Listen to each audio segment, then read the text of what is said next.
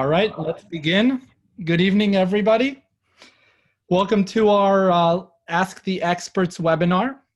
This is our last one for 2019. For those that haven't seen the series, we meet real users and leaders who are actually using AI in their clinical practice, and they'll share with us the value they see in AI, the journey they've went through to actually implement it, the decision-making, and the selection. My name is Tom Valent. I am the host for today. In our last session, we met the clinical director and general managers of GDX, a large radiology group in Australia, and we discussed how AI was explored and implemented from a group perspective. Today, we're joined by Dr. Daniel Durand, the Chief Innovation Officer and the Chair of Radiology at LifeBridge Health. For those who don't know Daniel Durand, he's a thought leader, and I highly suggest you follow him on social media. It's always great to see his forward thinking and his vision for technology and innovation in general. And we'll hear from him about his approach from a health system perspective and how they've gone on their AI journey. Together with Dan, we have Elad Wallach, the CEO of our company, of ADOC, and we'll hear his perspective as well and talk about our partnership between our two organizations. So we'll begin with Elad. Both Elad and Dr. Durand, thank you for joining us and speaking today. Elad, let's begin with just a high-level overview of ADOC, where we are as a company and where we're headed. Thank you, Tom, and thanks, Dr. Durand. Very happy to be here today. So I want to start with a very high-level introduction of where we are today. ADOC is one of the leading AI companies in the space, and leading in the sense that we have been focused from the early days on both actual traction and working in a clinical environment, as well as clear outcome research and changes in the clinical workflow, which I think is the real challenge of AI today. It's not just about the solutions or algorithms, it's more about developing the clinical workflow around it. So at the moment, we are FDA cleared. We have the most FDA clearances in our category.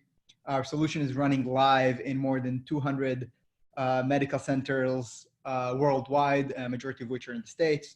Just in the past year, we've analyzed 2.3 million patients, which we've been able to help with our solutions. And I think that, again, one of our key focus points is outcome research, and we now have 14 publications, 5 abstracts in RSNA focusing on real, on accuracy studies as well as outcomes and new clinical workflow that has been driven with our solutions.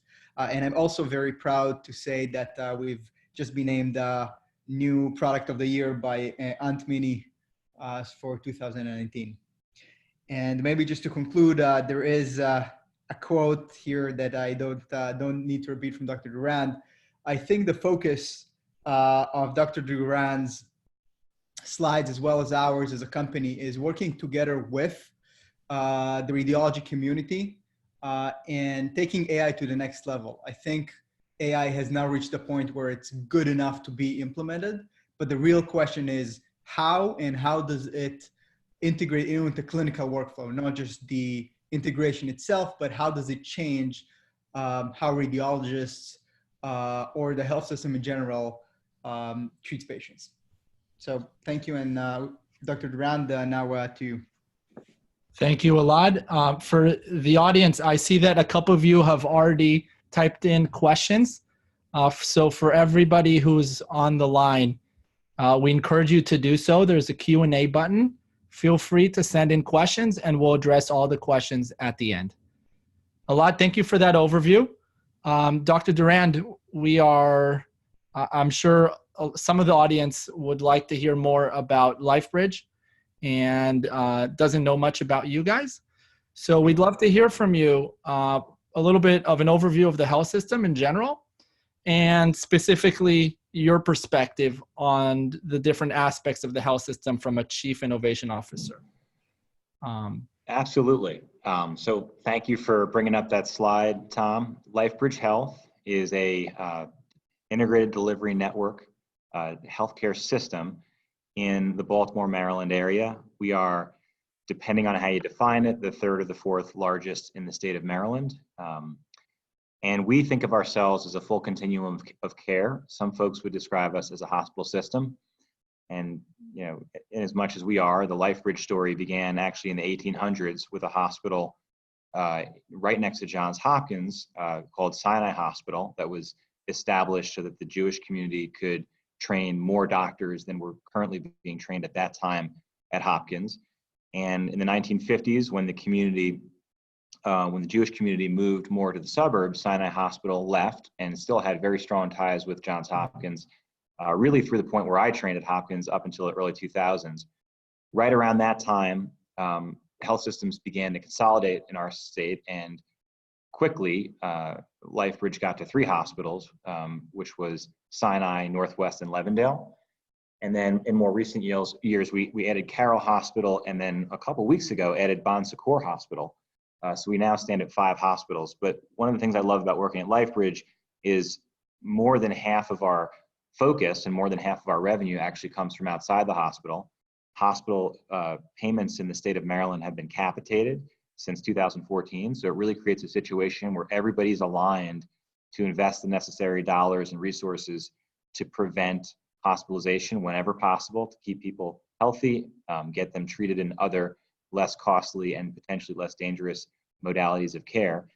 And in and around that time, we started assembling the portfolio that you see here. And this is really just the larger parts of the portfolio. We have, I've actually lost track, but I think 40 plus businesses, everything from health clubs to places where you can age in place, like high-end nursing homes where you age in place and the doctors come see you, and then eventually you might transition to an actual nursing home. So we have all these very different pieces of the care continuum, all pretty geographically co-located. So we're really trying to take care of the whole patient. And as Chief Innovation Officer, part of what I do is figure out how to integrate those different care pathways and make it so that the patient experience is fairly seamless and uniquely LifeBridge and sort of uniquely branded as LifeBridge, so that they identify themselves as a patient. They know what it means to be a LifeBridge patient. They know what to expect at either a fully branded LifeBridge facility or an affiliate. So that there's a lot of work that goes into that, as you can imagine. A lot of that is increasingly digital consumer type work. And other parts of what I do as innovation officer is that research comes under me. So we are an academic, we're a community academic system, not a full-fledged medical school affiliated academic system. And so research is a little bit lighter than it would be at LifeBridge than you might see at University of Maryland or Hopkins, but it's still sizable, several $1 million a year. So we do a fair amount of that. And then there's venture activity as well, where we have a venture fund along with Care First, and we have 2 incubators, one that caters to the life sciences companies on our main campus, and then one that works mainly with digital health companies that is a to be constructed incubator that we are currently planning with Care First. So that's kind of my scope. I don't want to get too lost in my own scope, but that's what we are up to at LifeBridge within innovation. Now, everything I just described, like that whole digital patient experience and the idea about making investments in companies and helping accelerate or incubate them, you could describe all of those as different pieces of enterprise startup interactions. If you talk to most people in healthcare, if you go back 10 or 15 years, very few startups would interact with the health system.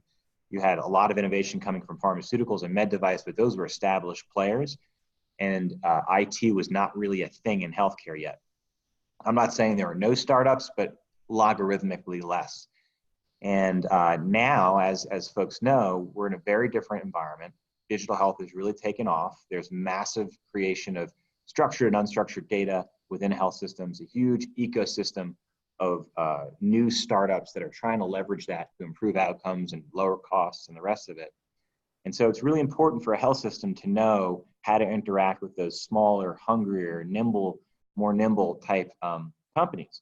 So it's a little bit of a cultural point discontinuity, right? You have these large nonprofit mission-driven organizations that are all about maximizing mission and quality. And then you have a lot of much smaller, more nimbler, equally motivated organizations, but they are largely for profit and have very different pressures. So understanding what makes them tick, what they're good at, what they're not so good at, and vice versa, that's how we need to work together to unleash the power of the data that we now have in healthcare, and the power of the talent that resides within those startups. So every year my group is meeting with between 500 and 1,000 startups. We actually have a whole Salesforce platform that just tracks those interactions. We think about our own internal problems that we're trying to solve and do a build versus buy on those, and then begin market scans to outreach to startups. That's one of the pathways. But another pathway is, I go to events like the one I'm currently at tonight here in Denver, where I just meet with 50 startups in a weekend or in an afternoon through these quick speed dating type conversations, so that we know what's out in the market. Because just understanding the solution space is its own thing. And if I wasn't half wearing the hat of Chief Innovation Officer, I don't know that I would have found you guys, right? Maybe at RSNA, but maybe not, right? Or maybe I would have found you later. So that's part of what we need to do, is constantly be looking out there at what other folks are talking about, and then also looking internally and thinking, what are the problems that we need solved, and where is the marketplace, going to solve them? In all this, you got to think about how the business case works for all the stakeholders. So that's the fourth piece of this slide. A lot of you can inherently create value in all sorts of ways in healthcare without figuring out how to pay for it, right? And I'll give you, we can think of plenty of those within imaging, and I don't want to get too emotional on that. When we just think about the opioid crisis, and I learned a couple days ago by talking to an expert something I didn't know, which is part of the reason that you don't see a real thriving marketplace for outpatient treatment for addiction, is there just really isn't a good reimbursement framework for it, because it's kind of like a new thing that was mainly done inpatient before. Now we're trying to deal with vastly more people addicted, unfortunately. There's changing models. Hospitals are extremely costly. So how do you treat more people? You got to do as an outpatient, and there isn't a great framework for the kind of work you actually need to do there. So we see the same thing in AI. There's all kinds of great value that's being created, but most of it doesn't work from a business case perspective, and it's the unique companies that have really thought through not just what they're going to create, but how they're going to bring it to market. And part of what we do at LifeBridge and Innovation is help AI companies, whether it's in imaging or medical device or life sciences, really think through that. Think through it through the lens of the unique system in the state of Maryland, but also think through it more broadly, because folks like me and most of my team members have worked in other states as well. And you really need to see it from the lens of an operator to understand a couple things. Sometimes I find that companies have created something because they needed to. It was all, things that might have just been an afterthought to them. It wasn't the central technology they were trying to create. And they've actually accidentally created a real leap forward for the way we would exchange data in healthcare, for example. Almost accidentally, because they're bringing something from their non-healthcare life over, and it's just a level of technology or a certain type of algorithm or an approach that nobody in this much smaller healthcare IT world has ever thought of, right? So sometimes you work with them and you find they have value they didn't know. More often, they have great value, but they've sort of positioned themselves in a way that it's going to be very hard for them to monetize it. So that's a big part of what we do, is try to, there's nothing more tragic to me than wasted innovation. Innovation that will lie dormant, that won't ever be bought, that's going to sort of just lie on the field and rot. That really breaks my heart. So we really, really try to reach out and not just meet with startups, but if they leave a meeting with me, I like them to at least know, if they can't sell me, how they can sell somebody else, or how they can go rework their product. Lastly, and this is might seem corny, right? But everything when you're working with startups is about change management. Because if you're going to bring their disruptive change or their incremental change, whatever it is, if you're going to bring that into the health system, you're going to shake things up almost by design. And that's never going to be an entirely pleasant process. It might have great outcomes, but you're going to have incumbents, you're going to have people that are uncomfortable with all sorts of pieces of the process. So if you don't start with values, we say here mission, but really beneath that, if you don't start with the values that underlie your mission, people aren't going to trust you. And the vast majority of pilots are going to fail in one way or the other, right? The question is, do you learn enough together? Did something click? Do you believe you're building towards something better that's going to enhance care? And if you don't start with values, then you're never going to get there. So I put that on the end here because if you make it all about the business case, you can walk right past the thing that's going to keep you at the client and the thing that's going to keep both teams working together hard. Because this is really, and we'll be talking about a lot, but I think what we both know, right? You at your many clients and me with my many digital pilots, this is really, really, really hard work. Oh, yeah. People who are doing something a traditional way, some of them kind of want to see you fail at this, let's be honest, right? Because it's easier to just say, you know, we were right. We had the right way to do it all along. So it's constantly progressing with a variety of tactics I can describe in detail, but you know, you have to be transparent and honest, and you have to fail out in the open, and you have to stay at it, and you have to believe that you're bringing the system towards something that it can't achieve today. And to get people there with you in that journey, they have to believe in who you are. They can't just believe in the tech that you're bringing. They have to believe in you. And I say you as the vendor, the partner, whatever. They need to see that startup and say, these guys care, they get it, they're in this for something greater. They're not just in this to exit in 5 years, right? And that's part of the reason we're working with you guys, is we really like the way that your people feel when we interact with them. And that's a general feature of the folks that we choose to work with. Thank you very much, Dr. Durand. As a company that works with quite a few health systems that have innovation functions, one thing that's quite special about LifeBridge Health is almost their startup type of approach, whether it's being proactive to try to understand the market and survey all those companies, or another example is their use of Salesforce. How many health systems use Salesforce? So obviously for us as a vendor, that's quite standard, but I think that's quite unique. And something that drew our attention when we prepared for this webinar, and when we went to the LifeBridge Health LinkedIn page, we actually noticed this wall of goals, which I think we missed when we were actually in the facilities. I'm glad we saw it through LinkedIn. And what was special, and at least in my opinion, is the goal-oriented approach that LifeBridge Health is taking with regard to innovation. So Dr. Durand, I'd appreciate if you could share a little bit from your perspective how you turn the almost by nature complex and not well-defined function of innovation and that aspiration into something that's very practical, measurable, and something that can lead to real change. Yeah, you know, when you work as a consultant, which I did for a couple of years, I think the challenge with every single engagement that you get, and engagement is like a problem or a project, right? Mm-hmm. You're constantly taught to try to take the chaos of the world and break it down into digestible frameworks, both so that you can sort of understand it and keep track of it, but also so that you can break it down ultimately to some quantifiable equations that you can optimize one way or the other. And McKinsey in particular drives this into you when you train with them. And they have something called like a MECE approach, which means that you need to understand in a mutually exclusive and collectively exhaustive way the business you're in and the goals that you're trying to achieve. So when I took over innovation, it was very, very clear to me that there was a ton of different directions that people could have been drawn in, were being drawn in.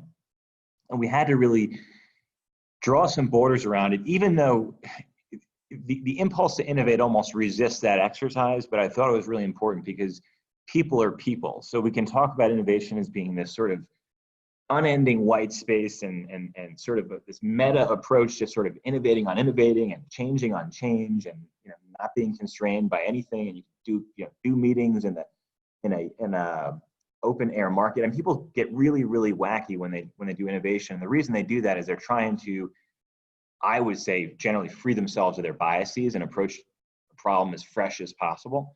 And you see some really, really interesting approaches to this.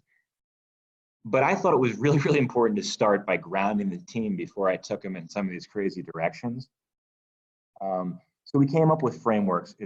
What is the scope of what we're doing? What are the ways that it really ties to the strategic plan? This is really comforting work to people who have worked in any kind of corporate system, because it's like basic fundamentals of how you drive strategy in a corporation.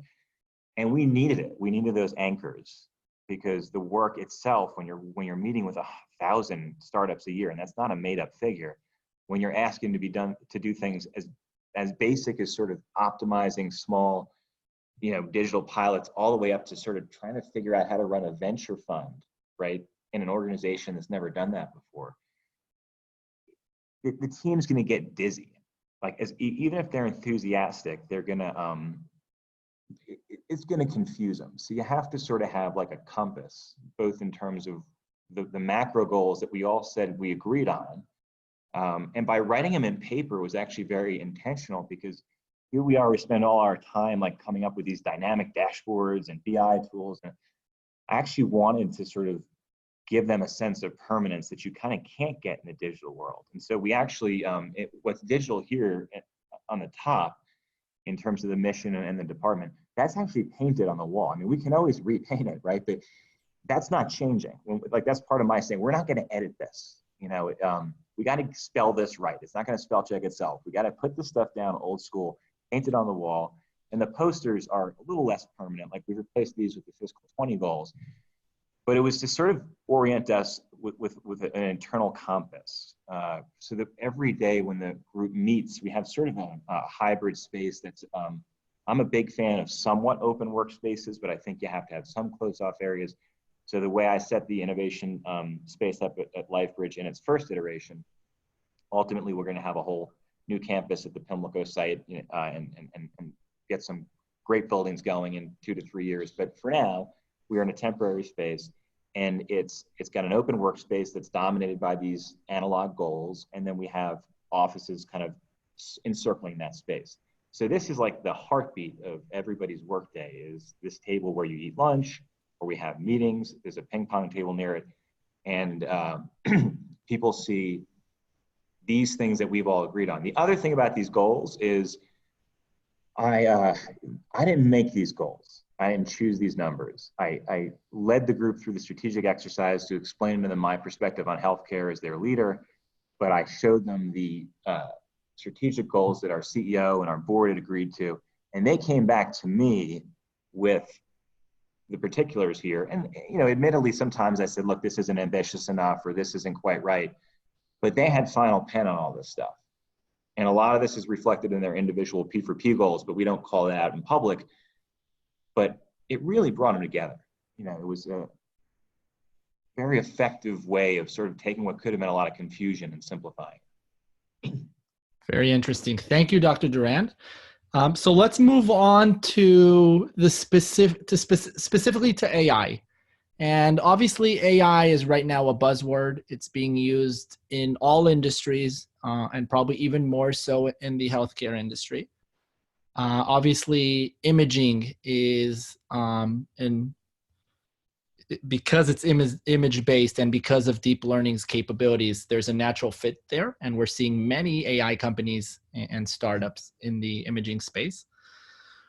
What we'd like to hear is, from a health system perspective, what are the various value propositions and areas where you think AI can add value? And considering these different points and others that you've probably considered, what was the process like with regard to selecting us as a partner? Sure. Well, just kind of working my way through the list as we see it on the page here. I mean, I'm going to talk about AI generally here, and then we'll kind of zoom in on image interpretation or image recognition, however we want to call it. We're in a situation right now in healthcare where 1 decade ago or 12 years ago, less than half the country had an EHR, right? And if you went back historically in healthcare, every 10 years, it took about 10 to 12 years to approve a drug, right? It wasn't like there wasn't a new drug there were new drugs all the time, but each one of those drugs had gone through a 10 to 15 year process. And out of nowhere, somewhat, right, seemingly, now we have these digital phenomenon, iPhones, App Store, voice recognition, ambient technology, now AI. All this stuff has happened to us in one 10-year period, right? And it's producing disruption along a couple different axes, but one real one is there's just so much data. So people have wearables now. They didn't have those before, right? There's remote patient monitoring. We didn't have that before. Social media, patient-reported outcomes through mobile devices, right? And yeah, lots of imaging data too. Lots of new sequences in MRI, lots of new slices on the CT scan. So most of the data that exists today didn't, half of it comes from the last 2 years. So in all of human history, up to the year 2017, we produced the same amount of data in healthcare as we've produced since 2017. That's a crazy number. And what it means is we're all drowning in data, whether we're radiologists or nurse practitioners or whatever, and we're going to be increasingly drowning in data. And the only way to figure this out is by being smarter with it. And whether it's a convolutional neural network or smart automation or robotic, whatever you call it, deep analytics, deep learning, it doesn't matter. You're basically triaging with data. You're sifting through data and figuring out where you're going to focus your people. As long as the people are making the decisions, and we're sort of there for a while, that's what this is about. And it doesn't matter if you're talking about AI, precision medicine, value-based care, digital health. You could take whatever tech-oriented or reimbursement-oriented healthcare buzzword that you can find, and all of it comes down to that same process of being smarter about how you use your data, right? And I've worked across all those different industries, and it's the same everywhere. So standardization of care, the more that you know about an individual, the more you can identify them and what they have and what they should get, right? So what is their condition? What are the guidelines around treating that? If they exist, do those guidelines apply to them? Is the first line therapy for that person not going to work because their genome doesn't work for that? So whether it's precision medicine, N of 1 type mass customized medicine, or more standard things like just bread and butter clinical decision support to make sure that we don't do a head CT to every kid that has a headache that comes through the ER. We're trying to standardize care, and clearly, if we're trying to quantify things or trying to handle image data in a standardized fashion, AI gives us a set of quantitative tools that is way beyond what inter-individual and intra-individual variation can ever give us, right? Speed is also somewhat intuitive. You don't have to be a computer scientist to understand the processing power of machines. They don't get tired, they're very consistent, and every 18 months or so, they double their speed. I wish I could double my speed every 18 months, right? That'd be great. So when you start thinking about a data aggregation and sifting machine that takes in data and figures out the most relevant features of an image or the most relevant features of a history, whatever it is, and then elevates that and brings that to the next team member, what they're doing for that team member they're feeding, whether it's a radiologist or a nurse practitioner, or whoever it is, or a call center operator, they're making that person, that team member, more efficient in what they do. So this gets back to the top of license principle within medicine. Like everything we're doing in value-based care and team-based care and patient-centered care, almost all of it is about taking more people and bringing them together so they're all working at the top of their license and they're not doing mundane basic tasks. There's either a less highly educated or trained person or a more junior person in the team doing that, or in this case, there can be algorithms doing that. And that's why I refer to AI Doc as an AI team member. It's sort of someone who's very good at looking at head CTs and PE CTs of the chest and raising their hand when they think they see something. Someone very fast that doesn't get tired, right? That's very consistent in doing that. That's how we think about it. I'm not saying there's sentience there. I'm saying it's the same principle of sort of operating at the top of one's license. We want to put the machine at the top of its license so that whatever it feeds us helps us be at the top of our license.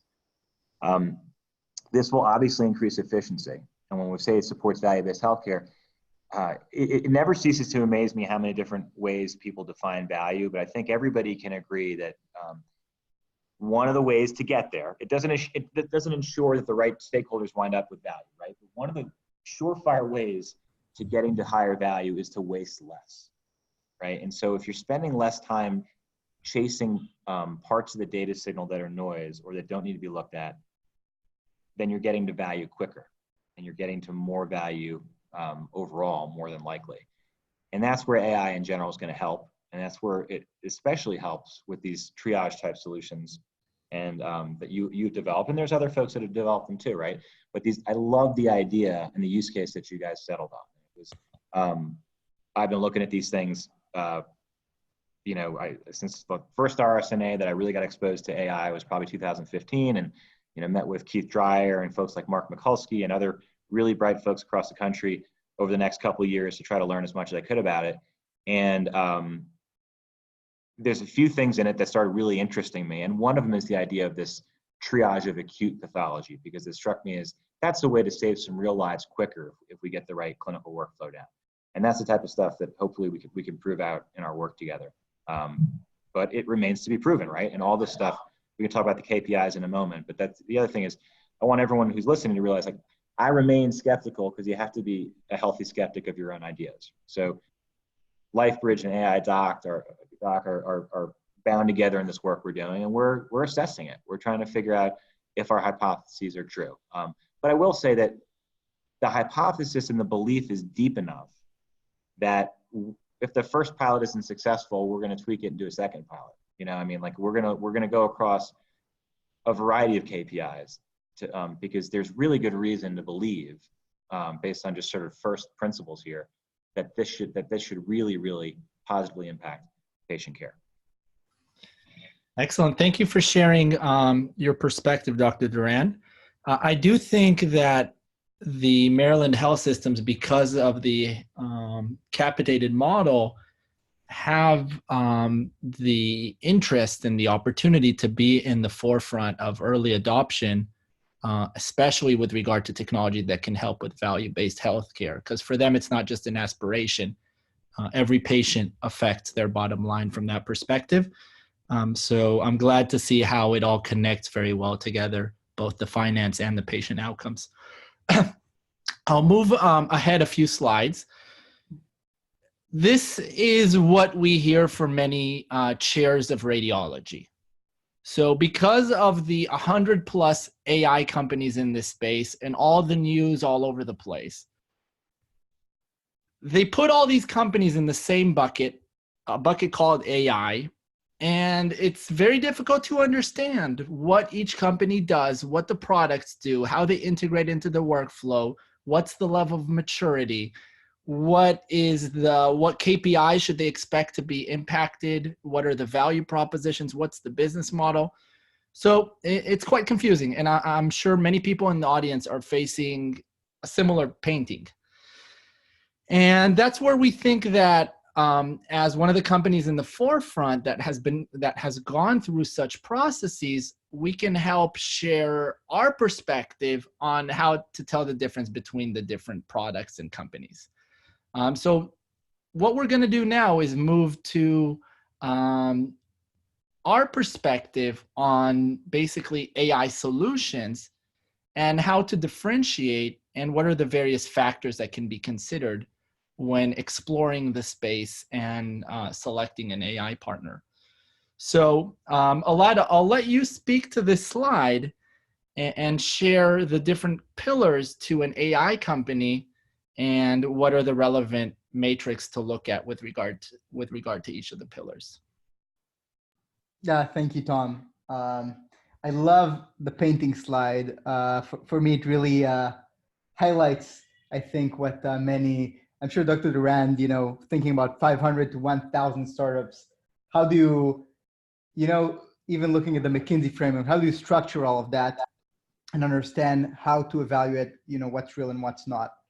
And overall, I think that the structure of looking at any AI partnership should be along 3 pillars. So first of all is the algorithm itself. So you evaluate, is it really good enough? Is it accurate enough? Does it work in my environment? And in that test, you basically test out the accuracy. And there are a lot of ways to do it. But basically what you want to do is make sure that you have enough confidence both in the overall performance as well as the performance specifically at your account. So make sure that you have enough faith in the vendor, the solution, that it will work, and it's not, I would say, something that would break upon the first contact with the real world. Then you have to go to the next level. So having even the best algorithm in the world really isn't good enough. Then you have to go to the next level of creating from an AI algorithm an actual product. And what we define as product is basically something that is integrated in the workflow, has a well thought out user experience, and is actually engaging. And I think that what is missing to a lot of the companies in the healthcare space is thinking about the products like regular software products. You want to measure engagement, you want to measure NPV scores. You want to make sure that those are products that people love using, have a good user experience, and serve the workflow purposes that they aim to solve. And then obviously you have to go to the last level, which is the solution layer and understanding what is the real value. So even having, when we started, I would say, this journey, we were thinking that if we developed a good enough product, if we build it, let's say they will come. If we build it, it will be obvious to the radiologists and the physician community, how do you take this product and integrate it into clinical workflow and really create value out of it. And what we learned over time is that it's really not trivial. You have to work with the clinical partners, exactly like Dr. Duran mentioned, and take this product and turn it into a solution, solving a specific problem, helping solve specific APIs and specific clinical workflows, taking it to the next step. And I think it's something that a lot of companies that are in the early stages are missing in their line of thinking. You want to make sure to drive, as Dr. Duran mentioned, you want to drive this home. You want to make sure there's clinical value, economical value, and a viable business case. And I think that those three parameters, looking at the algorithm first, then the product, the workflow integration, and then the third level, the solution and the value, I think it's the type of thinking that can help differentiate, I would say, the signal from the noise, what's real and what is not potentially as useful. Thank you, Elad. Very insightful. I definitely think the market can use such frameworks, whether it's this framework that you've presented or Dr. Duran's higher level framework with regard to various technologies. So hopefully some of the audience will realize some value from these frameworks. So as we're approaching 2020, and just like Dr. Duran mentioned, the velocity of innovation is exceptional, and things are changing so quickly. I think that this slide and what you will voice over, both of you gentlemen, it will be quite interesting because things are changing quickly. If we would have done this presentation 10 years ago, obviously a lot of its content would be different, but the prediction scope would probably have been a 5-year outlook. And specifically here, we're going to talk about just 2020, 12 months, but I think we're going to see a lot of change and a lot of interesting outcomes next year, as we've seen in the past year as well. So specifically with regard to the current status of the market, Elad, let's begin with you. What are your predictions for 2020? Yeah, thank you, Tom. I would say I'll start with sharing an anecdote that our blog post from the ADOG blog, we should check it out, is our by far most read post. So people love predictions, and they especially like it when I do strong prediction and potentially some of them fail. So I'll try to be as bold in my predictions for the year, stemming from our experience in the market. So first, I think that AI is going to be much more widespread coming 2020.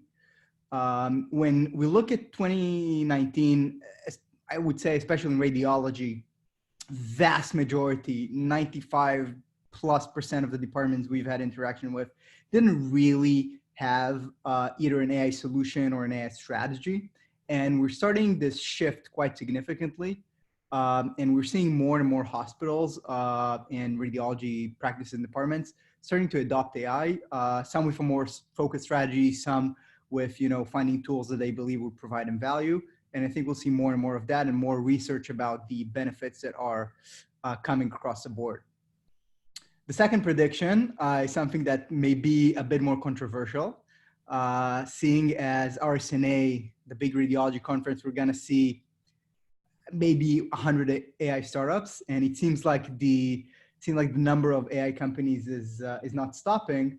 But I do believe that 2020 is going to be the year when it all shifts and the hype bubble doesn't necessarily burst, but I would say at least somewhat lessened.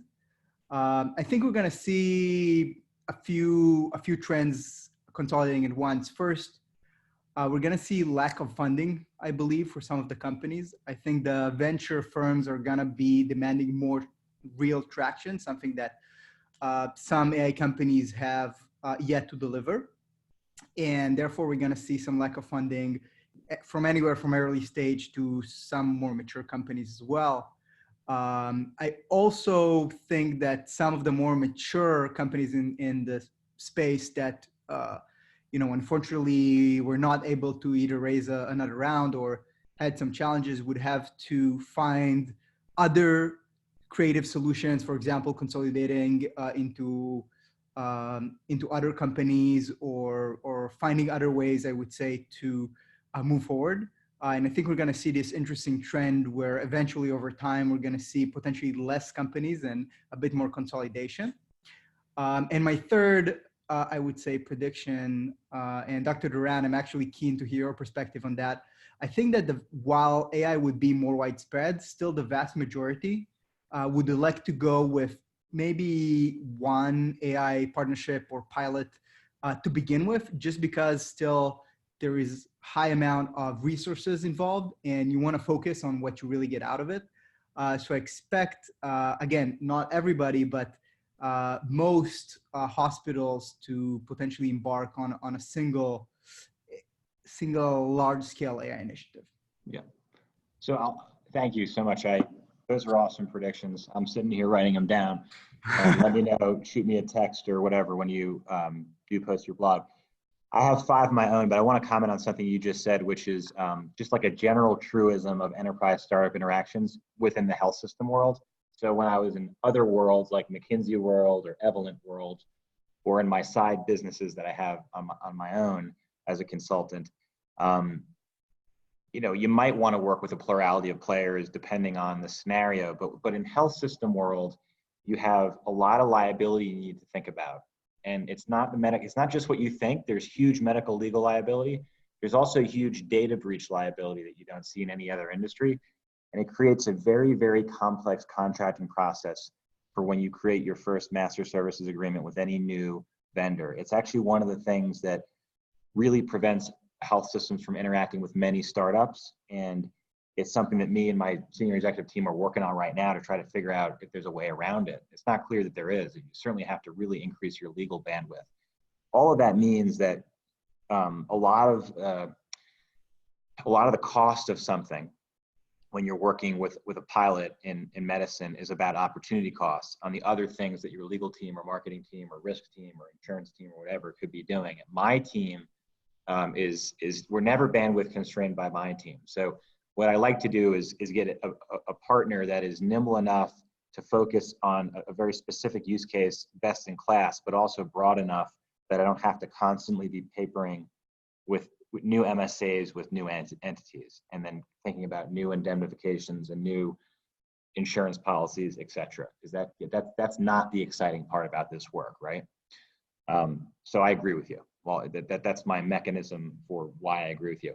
Let me really quickly, bang out my 5 predictions for 2020. So I think this will be a year of massive implementation. You know that you almost take that for granted a lot because you see it probably in your sales book, right? But there's just going to be 5 to 6x, or greater implementations this year than last year. And what that means is use cases will float up and some will float down as we sort of experience this in the marketplace more generally. There will be winners and losers in terms of functionality, but there will be a lot more of this going on, as you just mentioned. And one of the big implications for that is my second prediction, which is I think that this information is incredibly valuable. Even if it's valuable, right, a lot of these things are right just kind of most of the time. You don't necessarily need to base a final clinical decision on it, but it's all about the time value of information. So if you're in the ER and that somebody is 99% likely not to have an intracranial hemorrhage, you can start to plan your day as a provider a little bit better around that patient. It doesn't mean you won't occasionally get a call that surprises you, but it puts you in better headspace, because the counterfactual is current reality, where you just sort of don't know anything from like a Bayesian probability perspective. You're sort of like in nowhere land, right? And this hones you in quicker on what's likely to be the truth faster. And I'm not talking about radiologists here. I'm talking about NPs, PAs, the people that lay their hands on the patients. I think that the widgets you guys produce, I think the data that others are producing when it comes to sepsis prediction, et cetera, those insights, the ones that are useful, will start to be pulled forward, and those folks will start to live with them and use them kind of the same way they've learned to use medical diagnostic tests. We all know we live in a reality where there might be some overutilization of diagnostics, but what's certain is that today's providers couldn't function without them. And I think they're going to be using AI type algorithms to give them the same way of functioning in this sea of data. And so I think this will be the year, because there's so many implementations, and some of them are pretty forward deployed, right? They're not way in the back, but some of them can be brought forward, like your solution. I think you're going to see a lot of non-radiologists start interacting with this feature data. And the way that PACS democratized image data, AI is going to democratize the feature data, right? That's sort of, it's not necessarily final read, but it's like, this is a feature or a diagnosis that's probably present. That's information. The third piece also relates to my first prediction, which is because there'll be use cases that win and use cases that don't do so well, you will see, as you reference, a lot of companies start to hemorrhage money and go out of business. They will be either overspending on trying to make their implementations work that won't, or they'll get a bad rep and they'll have to spend a lot more money, sales dollars, per account that they land, and they will start to go OOB. And as that happens, the majority of these companies do have some asset, I believe, in the annotated and curated data sets that they base their algorithms on, if they've been astute enough in how they steward their own process and data. So I think most of them will be acquired by winners or by large conglomerates that, frankly, have a hard time retaining the talent. So I think almost all these companies will get bought. Let's say you have zero asset value.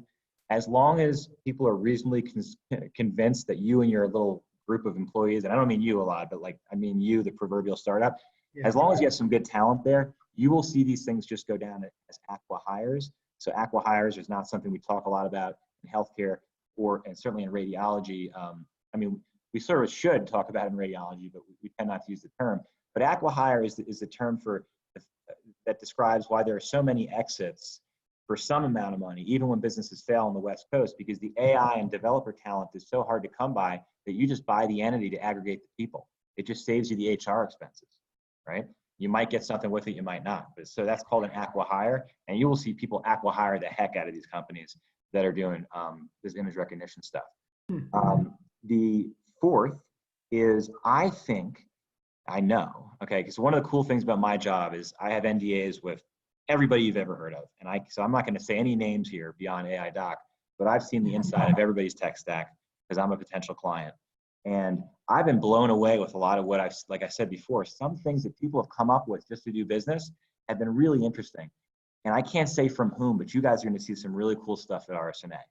You're going to see some stuff that's going to blow your mind about what can be done with images and how you can send them around, stuff that the big vendors never would have been able to put together themselves, worth the trip to RSNA. And I think those companies have a real opportunity to spin some of that off and sell it, because some of what they're creating is really new. It's not the focus of what they want to do in AI, but some of the visualization capabilities are new and are sellable, I believe, to fund and kind of give them, probably maybe eliminate the need for some additional rounds as they develop their company.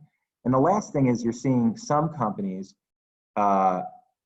go into the idea of just being a service provider. So there is a perspective, right, that you can't really sell this stuff fast enough in the health systems because of the length of the sales cycle and how fragmented the industry is. Some folks feel like you just can't sell it quick enough to viably penetrate the market that way, unless maybe you're like a Siemens or a Toshiba or a GE, whatever, or a McKesson.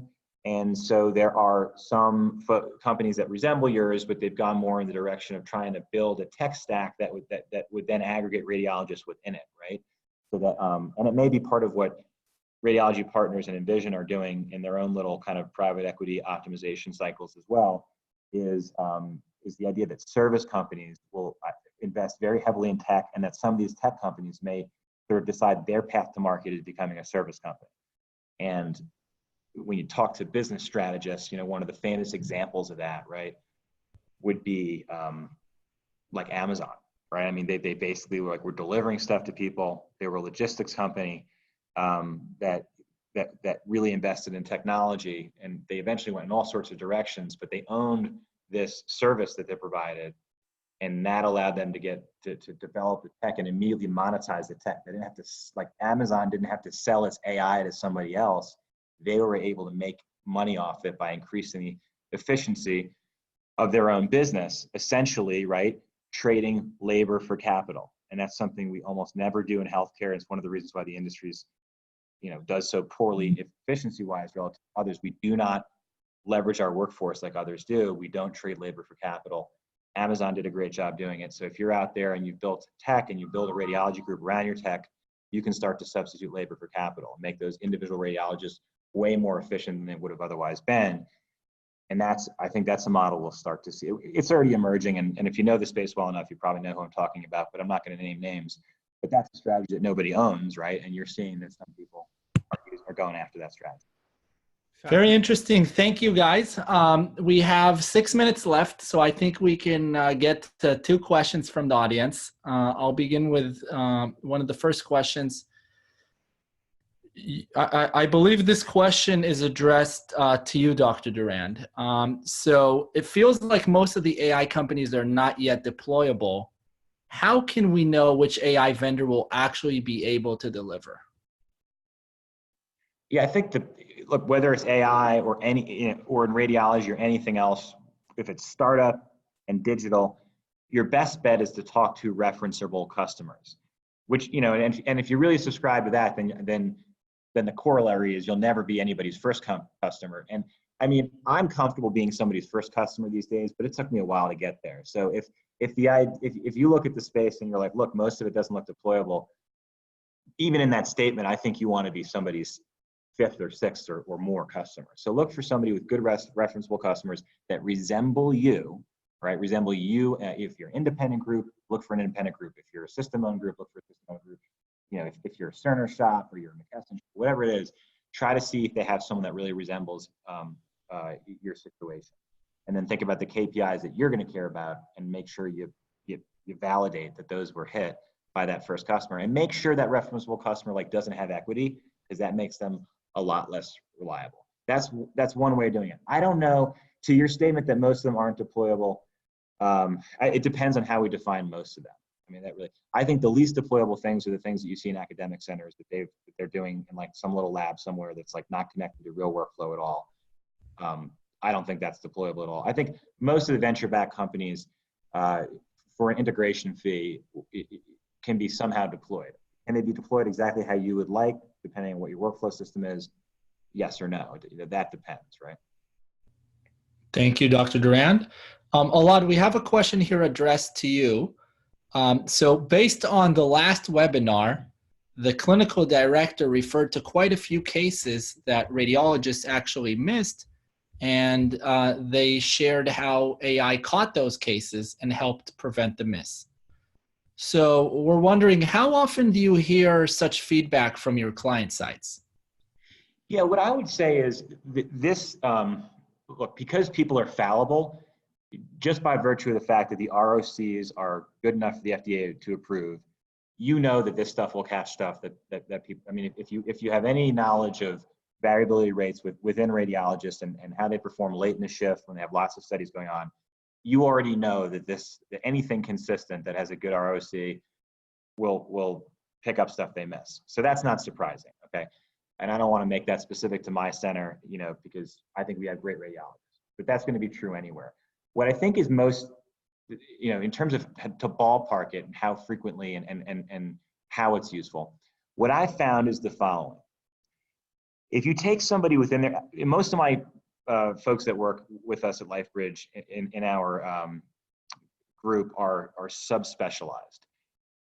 to one degree or the other. So if I'm talking to a neuroradiologist, they generally say, yeah, the head hemorrhage thing is impressive.